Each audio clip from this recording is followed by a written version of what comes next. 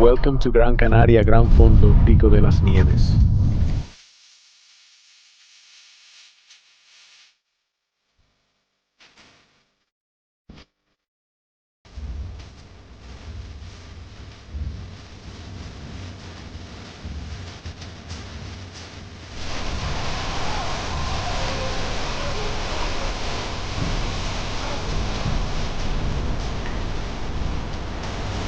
But if you want to complain, it's up here.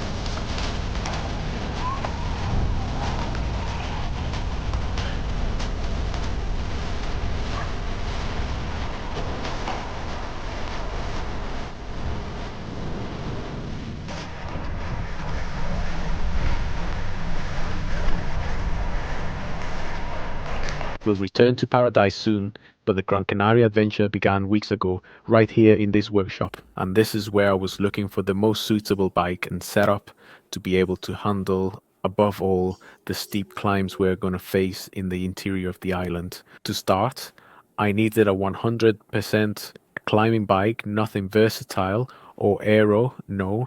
I needed something that climbs really well, and I can't think of a more specific bike for that kind of job than the giant Total Compact Road. Lightweight, geometry optimized for climbing, and a frame that absorbs terrain irregularities well, making it very comfortable. Then a bike can be super good for climbing. But what if the gearing doesn't help you tackle these extreme slopes? Last year, for example, we climbed Pico de las Nieves via Pasadilla, an area with several kilometers of sustained slopes over 20%. Totally absurd, but it makes you use slightly adapted gearing. I swapped the SRAM cassette, upgrading from a 33 last year to a 36 this year, and made key changes in the front as well. I swapped the famous 48 tooth big chainring and the 35 tooth small chainring from SRAM for a 50 tooth big chainring and a 34 tooth small chainring. With this, I achieved better adaptation to the climbs, mainly to try to maintain high cadences, even though there was a lot of steepness, a high percentage of incline. And with the 50, well, I mean, no, a little more flexibility on the flat, on some descents and so on. For this year's edition, I was really obsessed with the mountain theme, tires, and the thing is, I wanted to try really wide tires on the road. This year, I heard the Mallorca 312 was won by someone using 40mm wide slicks. I didn't want to go that far, but I did want to use 35mm ones, even though I had other options. For example, I had 30 and 28mm before, but this year I chose these instead. Michelin Pro 5 is a 100% road tire, which by the way comes in 35mm, is 100% adaptable. Compatible with the couples rim that this bike comes with, along with the 22.4mm of internal rim width. Do I really get 35 actual millimeters of width from this tire? Which I thought was going to give me some trouble with the frame. With a maximum tire clearance of 32 millimeters, it was a tight fit, but it worked well and rolled smoothly with no issues. This is the kind of road I put the 35mm tires on for. The camera will probably catch us, but we're in an area between dams, farmland, roads that are a bit more neglected, and the asphalt is completely open, cracked in some places. And last year I was using a 28mm, and obviously it's easy to get through these places, but I thought I'm going to try and see if I get that extra bit of comfort on this kind of terrain.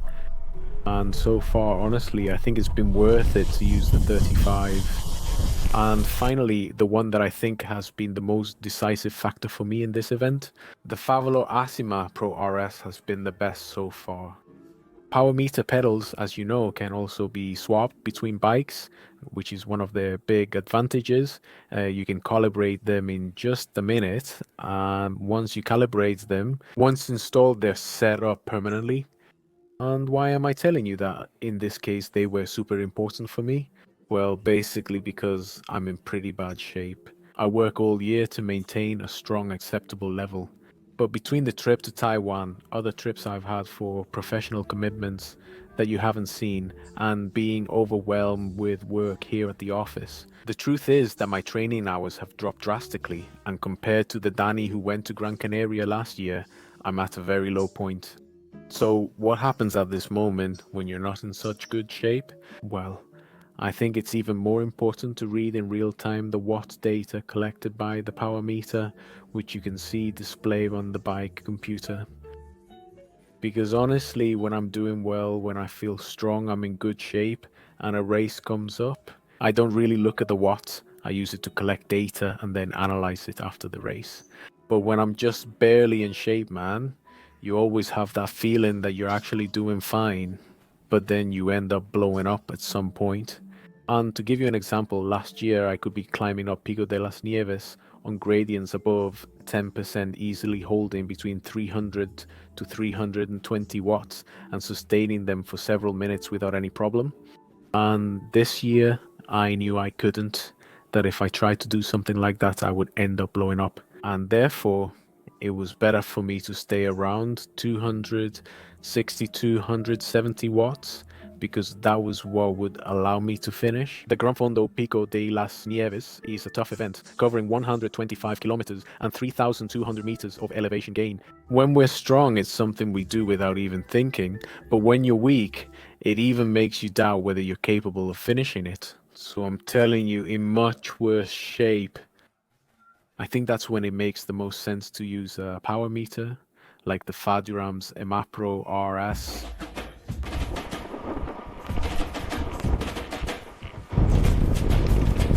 We just passed the final section of the first time trial, but I don't know, I eased up, but people kept going all out. Theoretically, this section isn't timed, but you know what, I don't care, because this northern forest area of the island is incredible.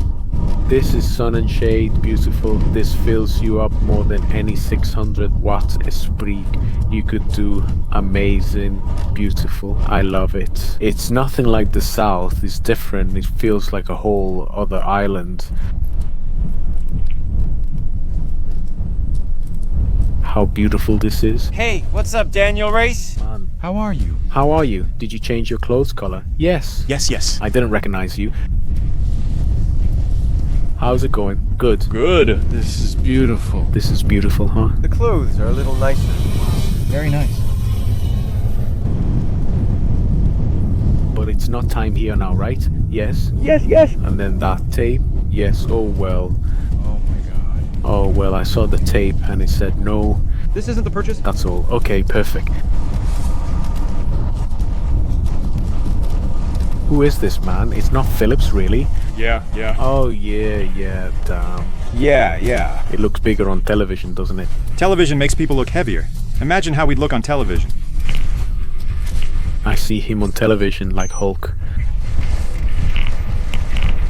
And here I see him like Iron Man. He loses a lot, huh? No? No, oh my god. Okay. Which ones are you talking about? What's up?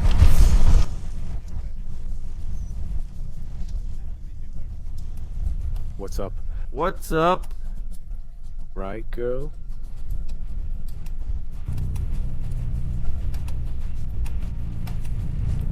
So then they say sprinters can climb, huh? Damn.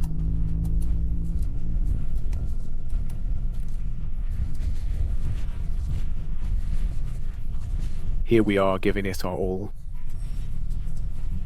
I'm going to record myself in Z1, huh? Yeah.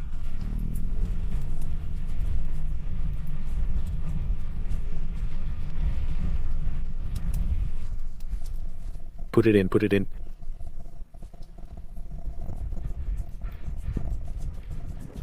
Check out the data, okay? We've done it, but haven't even hit 80 kilometers yet. 2,000, almost 200 accumulated. And as you can see, well, I'm gonna introduce you to what they've told me is called the donkey's belly, the ass's belly, which is that cloud that's practically always there, stuck to the northern mountains. And it makes you go from almost 30 degrees in Maspalomas to right now, because we're going up, if not, well, actually my feet are freezing, but up here I can still handle it. But if we have to go down, it's going to be really cold. This is Canarian cold, right? Yes, sir. Panza de Burro is what they call the clouds below. Oh my, we're inside the cloud here. Everyone is bundled up. Come on, fans. Come on, look. There was no better plan for a Sunday morning than coming here. Come on. Come on.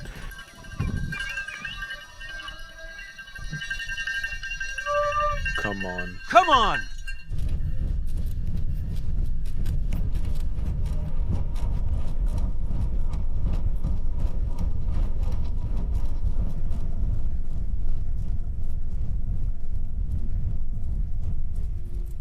Alfonso, let's go back 638. Let's finish the test. Come on, everything that was there.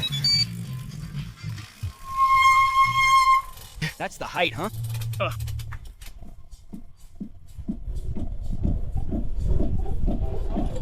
Ladies and gentlemen, the Gran Canaria troupe gathers here every year. Misha. Jesus, hey, watch out for the giant. Be careful. I'll stay here. Alright, guys. Carlos, Nestor. Do the Gobi shorts work? What about the swimsuit? Ah, yes. Hey, Jesus. Tell me. Tell us about how when we put the bikes on the plane, they all came out making noise. The bottom bracket. The sand and salt had nothing to do with it. No. Nothing to do with it. No? But it's curious, right? Like I said yesterday, I talked to several people who flew in about getting the bike onto the plane properly. We'll skip issues like bad brakes or things getting misaligned and focus on noise from the bottom bracket. I was also behind Philip's set nagging about the curl to both of them. And one uses Kuo, the other uses Shimano. Press fit system, threaded system. Threaded, it doesn't matter. And Misha, same thing. And me? Without brakes? Has my bike stopped braking after riding it after the plane? I see a lot of things here, huh? No, but it's strange. Dude, it's strange that you say I bring the bike to myself. The mechanic wrote to me and everything, and you say, dude, that it wasn't making any noise, that I got on it last before putting it in the box and bang. Bikes often fail during training, especially when you compete or push them hard. We push it hard and nothing happens, but with a bit more force, it starts making noises. Did we lower the tire pressure to prevent bursting in the airplane cargo hold? Could something have changed the pressure? it's funny because I kept thinking, wow, I'm not biking much. I haven't moved this recently. I watched the bike, maybe didn't dry it well. But no, it's happening to everyone. Just letting you know, since there will be many comments below, we need to investigate. But the cause is in the plane's cargo hold. Let's head to the hotel. The cargo hold. Which isn't for wine, of course. Look at the climb. Come on, oh, those guys are going, keeping a steady pace. Let's go. Let's go.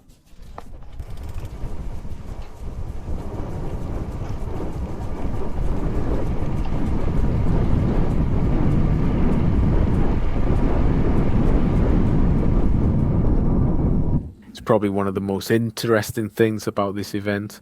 For example, now we're after the first free stage of neutralization after the first climb where we struggled. Everyone is required, whether you want to or not, to stop, because then we're going to start again neutralized. This is when everyone eats and socializes with music and good vibes. It's really easy to leave here having made a bunch of new friends, because you go over an entire week or several days if you visit less often, as shown, giving it your all. To the max. How were the 35mm Michelin Pro 5 tires? I have to tell you that for me, the word is comfort. Or does having a bigger tire really allow you to lower the pressure a bit? And then in those areas where the asphalt is open, the road is broken, well, actually the bike absorbs much more for you. The tire, the rim, and on top of that, we're combining everything with a frame as absorbent as this giant ECR. Well, in the end, when you rack up a lot of miles, your back and your shoulders end up appreciating it. Then there's another part, which I can't say is something scientific, but honestly, I feel a greater sense of security on the descents. I don't know if it's just a placebo effect or if it's real, but just the fact that you can visually see a wider tire in front of you when you're about to take a turn, it kind of gives you more peace of mind. And the million-dollar question, does having a wider tire slow you down more? I have to tell you that I haven't noticed this tire slowing me down more.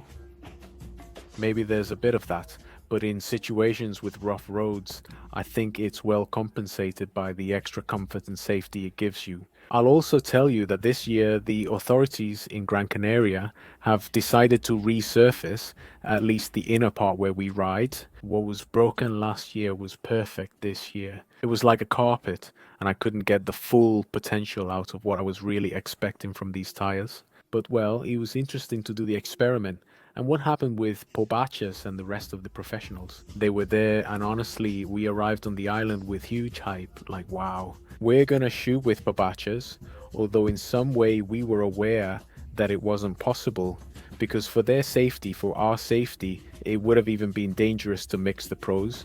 But especially Pobachas, with about 800 participants in the Gran Fondo, Pico de las Nieves, we had to settle for Pobachas to see him pass by us for a few moments. When the peloton moved aside for the professionals to pass and head to another area, they planned to train in a different zone from the Pico de las Nieves route, and that was it. I did have that privilege, as you've seen, to high-five Jasper Philipsen, which for me was already a wow, just amazing. By the way, what a big hand. If he hits you with an open hand, he'll leave you seeing stars. Well, it's really nice in the end, always being close to the professionals, even if it's not for very long. I didn't even have time to turn on the camera to record the girls passing by, but it was nice just to know that she was there, that she was riding on the same roads as we were.